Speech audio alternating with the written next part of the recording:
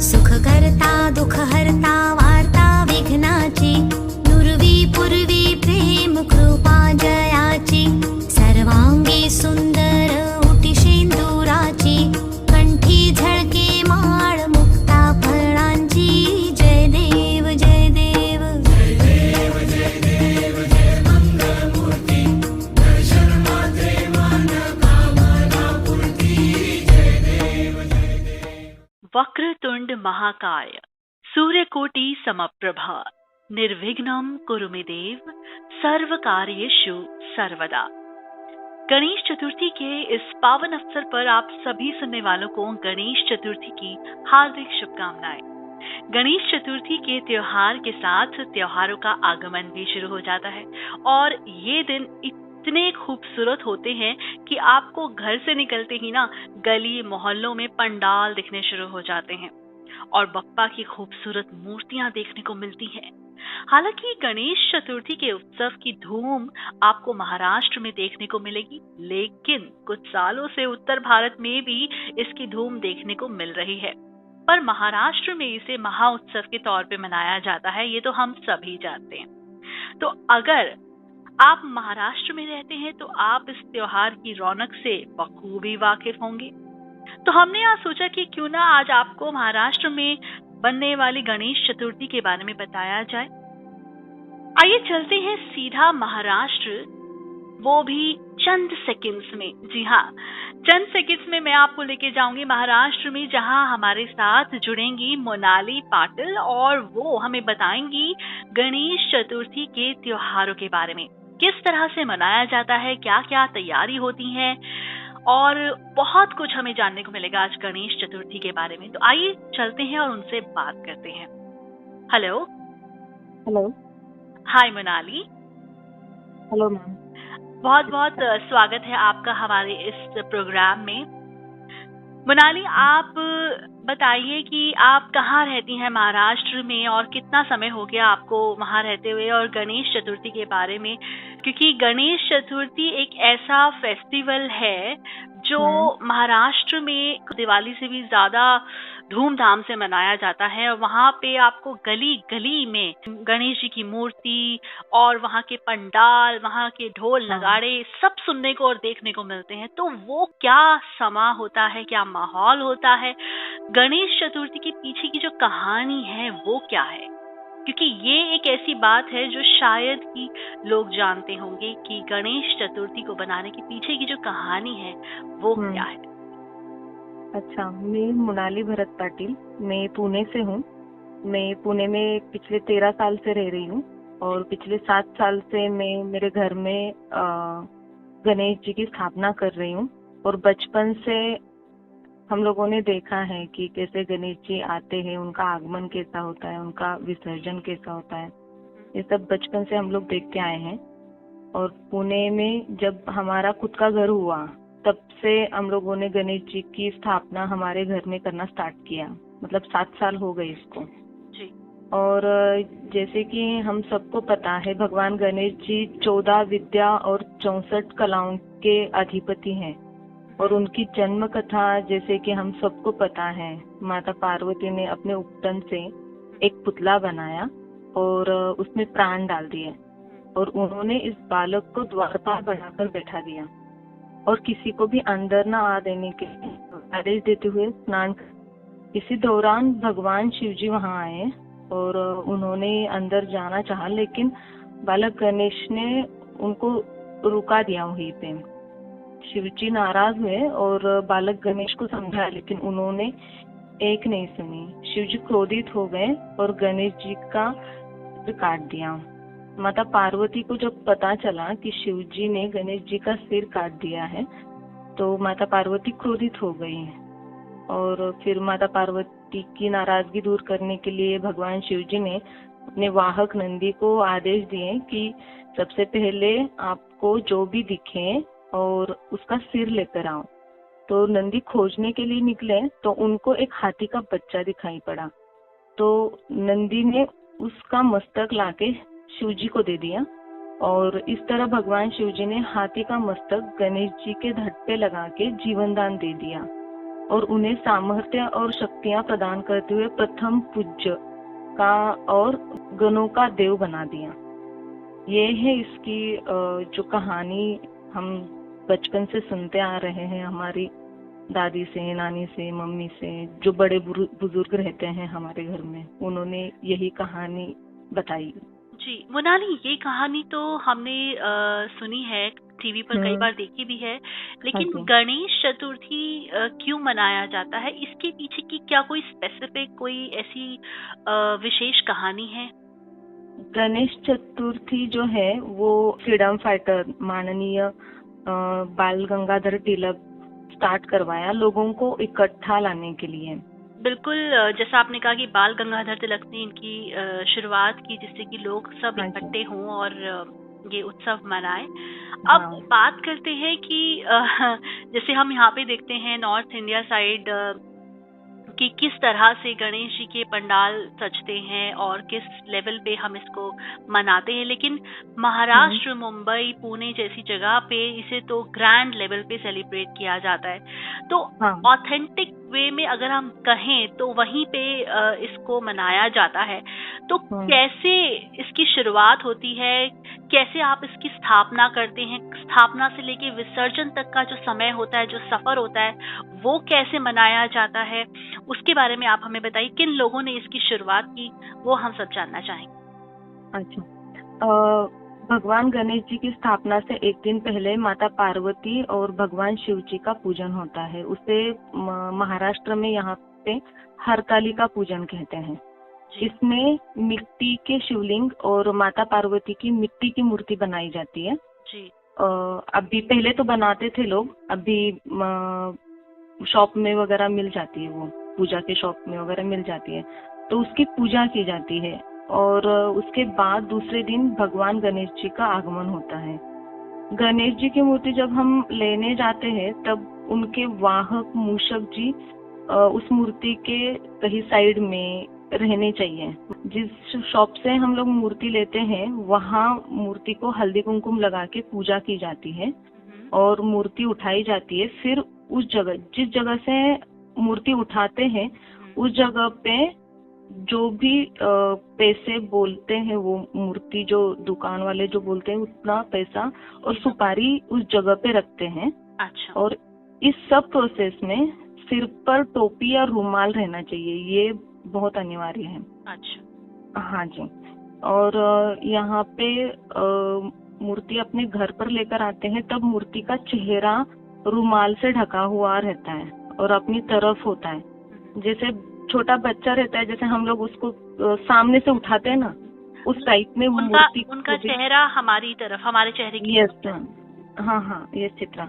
तो उनका जो चेहरा रहता है बाप्पा का, वो अपनी तरफ रहता है और मूर्ति का चेहरा इसीलिए ढका हुआ रहता है क्योंकि किसी की नजर मूर्ति पे ना पड़े, एक प्रकार की सावधानी रखी जाती है। और ऐसा भी लोगों के मन में भाव रहता है कि किसी की नजर हमारे गणपति बप्पा को ना लगे। मतलब ऐसे हमारे बुजुर्ग लोग बचपन से हम लोग यही सुनते आ रहे हैं। हाँ जी। ऐसे हमारे वो कहते हैं ना कि हम अपने बच्चे को भी बाहर लेके जाते हैं। हाँ। तो वो एक डर रहता है कि उनको कोई बुरी नजर ना लग जाए। हाँ, तो उससे बचाने के लिए हम उसको थोड़ा सा हाइड करते हैं। तो वही हमारे जो गणपति बप्पा है वो भी हमारे एक बच्चे की तरह, मेहमान की तरह है, जिन्हें हम अपने घर में बड़े प्यार से लेकर आते हैं और उनको बड़े सहजता से लाते हैं कि कोई बुरी नजर, खैर वो तो भगवान है उनको की नजर क्या लगेगी, लेकिन फिर हम उनका हर तरह से ध्यान रखते हैं कि नहीं, वो हमारे साथ हमारे घर तक बड़ी सावधानी से जाए। जी, ये तो आपने बताया कि कैसे स्थापना होती है, कैसे आप वहाँ से अपने घर तक उनका आगमन भी, कहीं पर भी उनका आगमन अभी किसी पंडाल में होता है तो ढोल ताशे नगारे बजाकर होता है। और दरवाजे पर गणेश जी आते हैं तो उनका पूजन हल्दी कुमकुम लगा के किया जाता है और उनको अंदर आने देते हैं। और पहले उनके हाथ में नारियल का टुकड़ा और उसके ऊपर गुड़ रखते हैं, उसके हाथ के ऊपर, जहाँ पे एक हाथ ऐसा आशीर्वाद दिया हुआ रहता है और एक हाथ में जिसमें मोदक रखना चाहिए, उस हाथ में नारियल और गुड़ रहता है। अच्छा। और सब लोग मतलब गणपति बप्पा मोरिया, गणपति बप्पा मोरिया ऐसे सभी गली में मतलब घर में गाते हुए हर जाते हैं। जगह पे, हाँ हाँ, हर जय घोष करते हैं सब लोग। ये मोरिया का शब्द भी है ना, तो उसकी भी एक कहानी है। मोरिया जो शब्द है ना, वो गणेश जी के परम भक्त का नाम है, मोरिया गोसावी। अच्छा, हाँ जी। और उनका पुणे के नजदीक पिंपरी चिंचवड़ में मंदिर भी है। ओके। ये देखिए, ये बात हमें शायद नहीं पता थी कि गणपति बप्पा मोरया, हम सभी हाँ जी। इसको बोलते हैं, लेकिन इसके पीछे की जो कहानी है वो शायद हमें नहीं पता कि मोरया उनके फ्रेंड थे, सॉरी परम भक्त। परम, ये गणेश जी के परम भक्त हैं। हाँ जी। जी जी जी। मोरिया गोसावी नाम है इनका।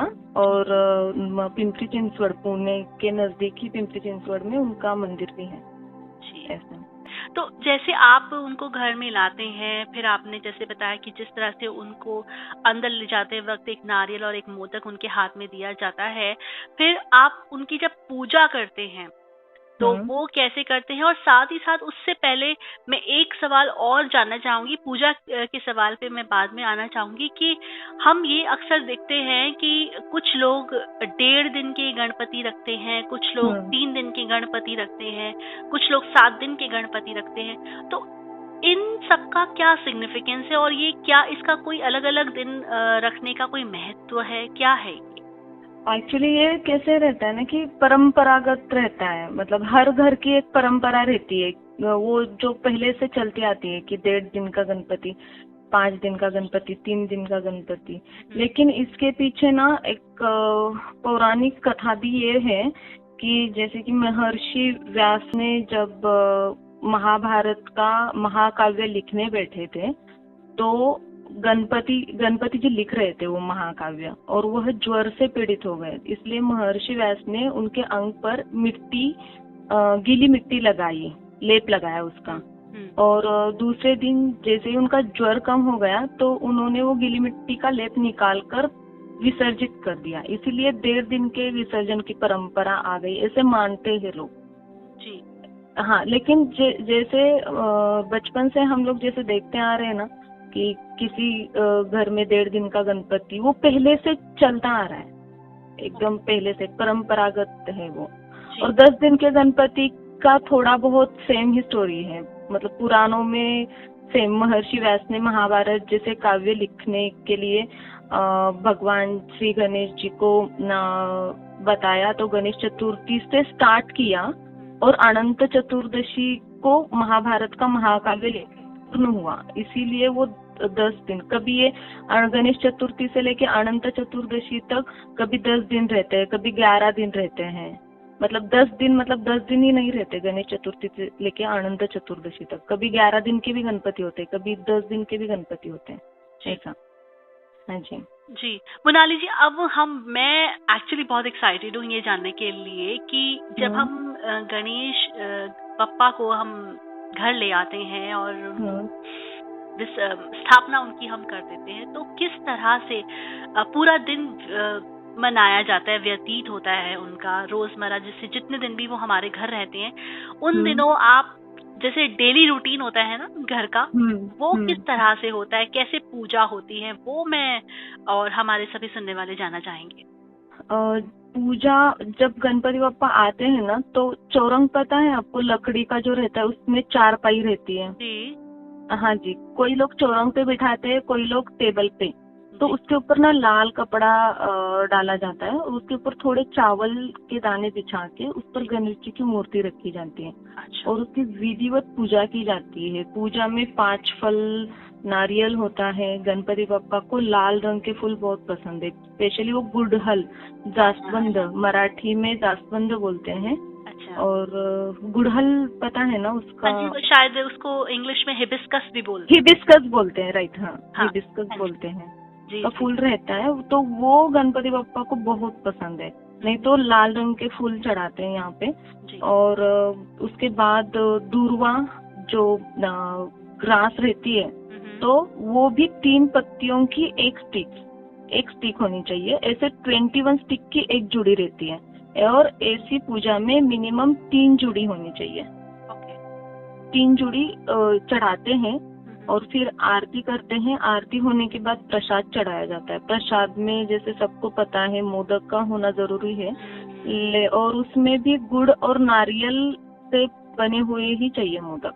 आगमन के दिन गणपति बप्पा को प्रसाद में पूरन पोड़ी, मोदक, कढ़ी, वड़ी और चावल, ये 5 के साथ और भी बहुत सारे पकवान होते हैं। और जितने भी दिन पापा हमारे घर में है, उन सभी दिनों में मोदक का प्रसाद जरूर चढ़ाते हैं और सुबह शाम आरती करते हैं हम लोग।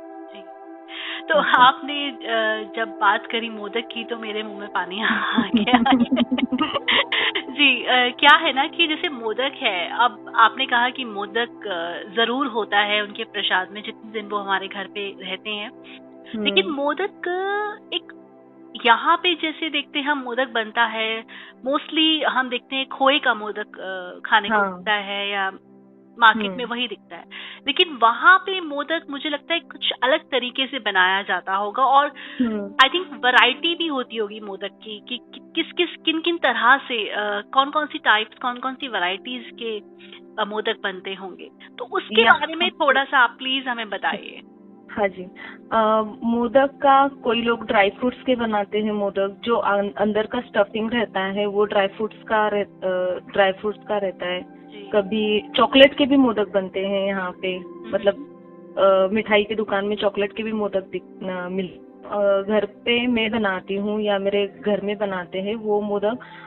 एक तो गेहूं का आटा, नहीं तो फिर चावल के आटे से बनाते हैं, और उसमें उसके अंदर का जो स्टफिंग रहता है वो गुड़ और नारियल का रहता है, और वो फिर अपने जो मोमोज रहते हैं ना उस टाइप का वो उसका आकार रहता है, और फिर वो कोई तलते हैं और कोई सिर्फ स्टीम देके उसको बनाते। जी।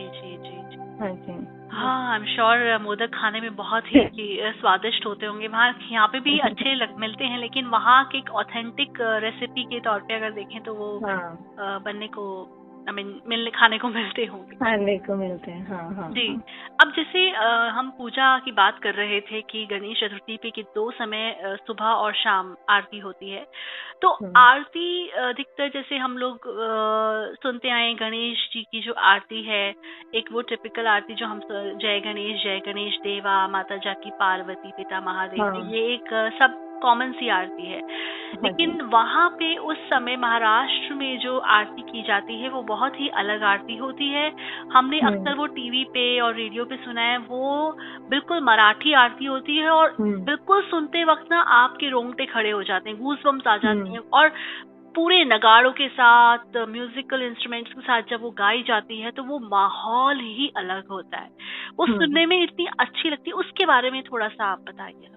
अच्छा, वो गणपति जी की आरती जो है वो सुखकर्ता, दुखहर्ता, वार्ता, विघ्नाची ऐसे स्टार्ट होती है, और ये जो आरती लिखी है वो श्री समर्थ रामदास स्वामी जी ने लिखी है। वो खुद भगवान श्री राम जी के भक्त थे, तो अभी फिर लास्ट में उनका नाम भी आ जाता है आरती में, दास रामाचा वाट पाहे सदना, मतलब मैं श्री राम का दास हूँ और मैं आपका वेट कर रहा हूँ, आप आ जाइए। ऐसे घर पे मैं वेट कर रहा हूँ आपका, मैं श्री राम जी का दास हूँ, ऐसे। तभी वो कहते हैं ना गणपति बप्पा मोरिया, अगले चल दिया। हाँ जी। और एक किसमें कैसा है कि गणेश चतुर्थी के दिन ना चंद्रमा को नहीं देखना निषिद्ध माना गया है। अगर उस दिन हम चंद्रमा को देखते हैं तो झूठा चोरी का कलंक लग सकता है, ऐसी आख्यायिका है, और ऐसे हमारे घर में बुजुर्ग लोग भी बोलते थे। तो मतलब जिस दिन वो हमारे घर पे आए हैं और जब तक वो हमारे घर पे रहेंगे तब तक नहीं, ऐसा नहीं, पूरे 10 दिन तक नहीं, सिर्फ गणेश चतुर्थी के दिन। तो जैसे गणेश चतुर्थी जिस दिन है, ठीक है, उस दिन आप पप्पा को आप लाए हैं और आप उस दिन रात को चंद्रमा को नहीं देखेंगे। जी, ये देखिए बहुत सारे स्टोरीज है इसके लिए, मतलब इंद्रदेव ने ये ना मानते हुए भी गणेश जी को देखा, तो उनको इतने सारे स्टोरीज है इसके ऊपर, बहुत हैं। लेकिन बुजुर्ग लोग हम लोगों को बोलते थे कि अभी अमावस्या 4 दिन पहले हो गई तो गणेश चतुर्थी के दिन चंद्रमा दिखेगा भी तो बहुत थोड़ा दिखेगा चंद्रमा, है ना, ज्यादा नहीं दिखेगा चौथे दिन में। लेकिन माना निश्चित गया है कि देखना नहीं है, चोरी का झूठा कलंक लगता है। देखिए, अब ये छोटी छोटी बातें हैं, बेशक हमारे पूर्वज, हमारे फोर फादर्स इनको फॉलो करते हुए हैं, लेकिन मैं ये मानती हूँ इन सबका कुछ ना कुछ सिग्निफिकेंस जरूर रहता है जो कि ये चलती आ रही हैं। बट ये देखिए, ये एक ऐसी कुछ चीजें आपने हमें बताई हैं जो हमें वाकई में पहली बार सुनने को मिली हैं, चाहे वो चंद्रमा की बात हो, चाहे वो मौर्य उनके परम भक्त की बात हो, ये हमें मालूम ही नहीं था। तो और कोई ऐसी बात मोनाली जी जो हमें नहीं पता और जो बहुत ही बड़ा सिग्निफिकेंस रखती हो गणेश चतुर्थी को लेकर, वो आप हमें बताइए। और जब विसर्जन का समय आता है उस समय हम देखते हैं लोग उनको जब विदा करते हैं तो उनकी आंखों में आंसू होते हैं। हाँ मैम। मतलब जैसे हम अपने घर में मेहमान आते हैं और वो जब लौट जाते हैं तो दिल थोड़ा सा तो कच्चा होता ही है, लेकिन बप्पा भी जब जाते हैं तो दिल भर आता है लोगों का, आंखों में आंसू होते हैं। वो क्या माहौल होता है, वो क्या सिनेरियो क्या होता है, वो थोड़ा सा आप बताएं। पुणे में पूरे 2 दिन विसर्जन होता है, मतलब पूरे विसर्जन के अनंत चतुर्दशी के दिन जो स्टार्ट होता है विसर्जन, वो दूसरे दिन भी चलता ही रहता है। तो पंडालों के गणपति रहते हैं, फिर जो मान पान जो रहते हैं ना अपने, वो गणपति रहते हैं, उनका विसर्जन 2 दिन तक चलता रहता है।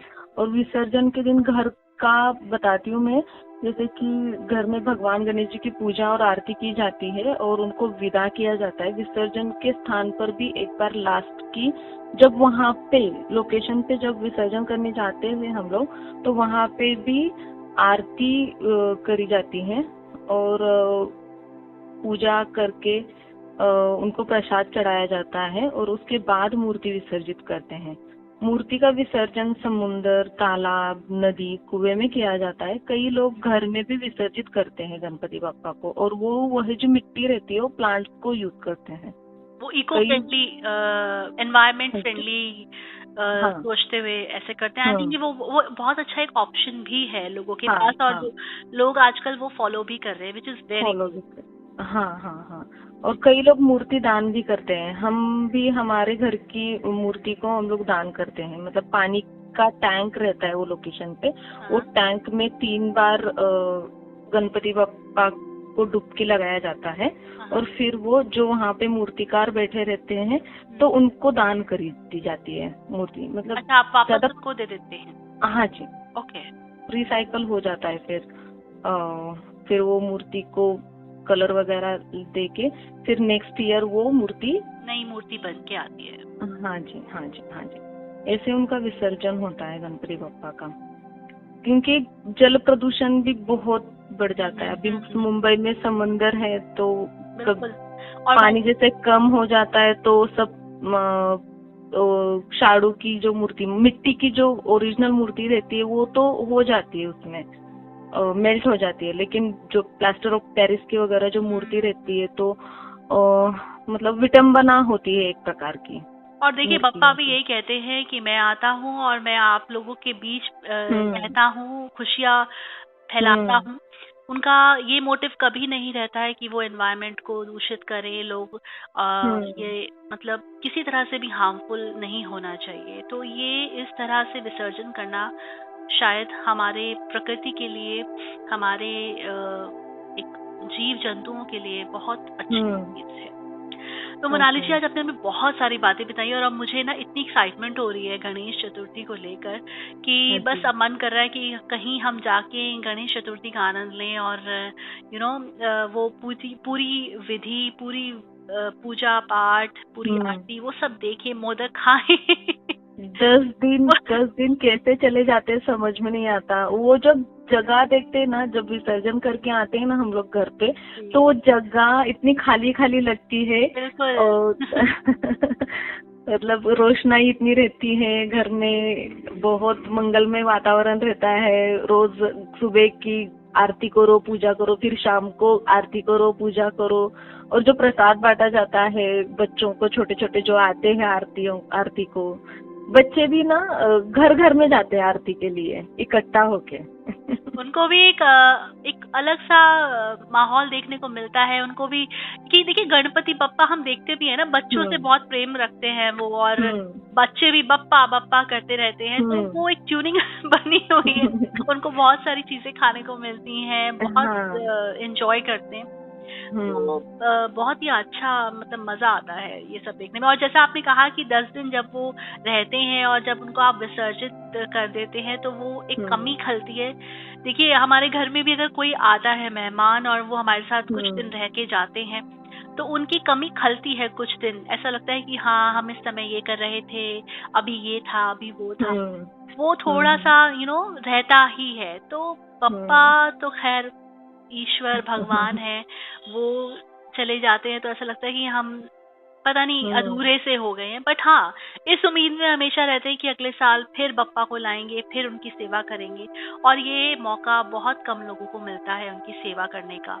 बहुत भाग्यशाली, बहुत लकी लोग होते हैं जो उनकी सेवा कर पाते हैं। तो मृणाली जी, बस एंड में मैं ये जानना चाहूंगी हमारे सभी सुनने वालों को जो ये त्योहार मनाते हैं और जो मनाना चाहते हैं, जो पप्पा को अपने घर लेके आना चाहते हैं, उनके लिए आप क्या मैसेज देना चाहेंगे, या कोई ऐसी टिप कि हमें कैसे मनाना चाहिए गणपति बप्पा मोरया, अगले बरस तू जल्दी है, हमें कहते रहते हैं कि ये किस तरह से हमें और अच्छे से हम मना सकते हैं ऑथेंटिक वे। गणेश चतुर्थी के दिन सब गणपति बप्पा को आप अपने घर पे लेके आइए, और जैसे भी आपको पॉसिबल रहे उनकी सिर्फ सुबह शाम पूजा कीजिए बस। और मोदक का आप मिठाई के दुकान से खरीद के ला के भी उनको प्रसाद चढ़ाया तो भी चलेगा, नहीं तो फिर चावल भी दिए आपने, दूध शक्कर चावल, इसका भी प्रसाद चढ़ाया तो भी चलेगा। सिर्फ लाल रंग का फूल जरूर उनको प्रदान कीजिए, चढ़ाइए उनके ऊपर, बस इतना ही, और कुछ नहीं। गणपति बप्पा एकदम रिलैक्स भगवान जी, वो बहुत जल्दी खुश हो जाते हैं। जी चलिए, ये बहुत अच्छा लगा मुझे ये सब जान के, और इतनी सारी चीजें, इतनी सारी कहानियां सुन के बहुत बहुत मजा आया मृणाली। कहते भी हैं एक दंताय शुद्धाय सुमुखाय नमो नमः, प्रपन्न जनपालाय प्रणतार्ति विनाशिने, जिसके एक दांत और सुंदर मुख है, जो भक्तों की रक्षा करने वाला और वंशजों के कष्टों का नाश करने वाला है। तुम्हारे उस शुद्ध रूप गणपति को बार बार प्रणाम किया जाता है। तो गणपति बप्पा मोरया। तो सभी सुनने वालों को मैं गणेश चतुर्थी की एक बार फिर से शुभकामनाएं देना चाहूंगी, और साथ ही आपको आज का ये प्रोग्राम कैसा लगा। मुझे बहुत मजा आया ये प्रोग्राम करके, आई एम श्योर आपको भी सुन के ये बहुत अच्छा लगा होगा। कैसा लगा आपको आज का ये कार्यक्रम, आप हमें प्लीज हमारे सोशल मीडिया पर जरूर फीडबैक के मीडियम से बताएं, और कोई सजेशंस हैं, कोई फीडबैक्स, कोई कोई भी आपका कोई ऐसा फीडबैक हो जो आप हमें बताना चाहें, आप जरूर बताएं। फिलहाल मृणाली जी को हम इजाजत देते हैं। Mrinali, thank you so much for being here. अपना इतने बिजी शेड्यूल में से आपने हमें समय दिया और हमारे लिसनर्स के लिए गणपति बप्पा मोरया पे प्रोग्राम करा, और हमें इतनी अच्छी बातें बताई इस फेस्टिवल के बारे में। तो थैंक यू। जरूर ही गणेश जी की इच्छा होगी। Thank you Ganpati Bappa. बप्पा की मर्जी थी कि आप हमें इस फेस्टिवल के बारे में बताएं। तो thank you so much Mrinali. Thank you. और आपको भी गणेश चतुर्थी की बहुत बहुत शुभकामनाएं। आप भी अपना फेस्टिवल मनाएं, खूब मोदक खाएं, खूब एंजॉय करें। Thank you. तो ये थी मृणाली जी हमारे साथ, और आप भी बने रहिए बूंदे पॉडकास्ट के साथ, सुनते रहिए हमारे चैनल पर बहुत सारे ढेरों कार्यक्रम। Thank you.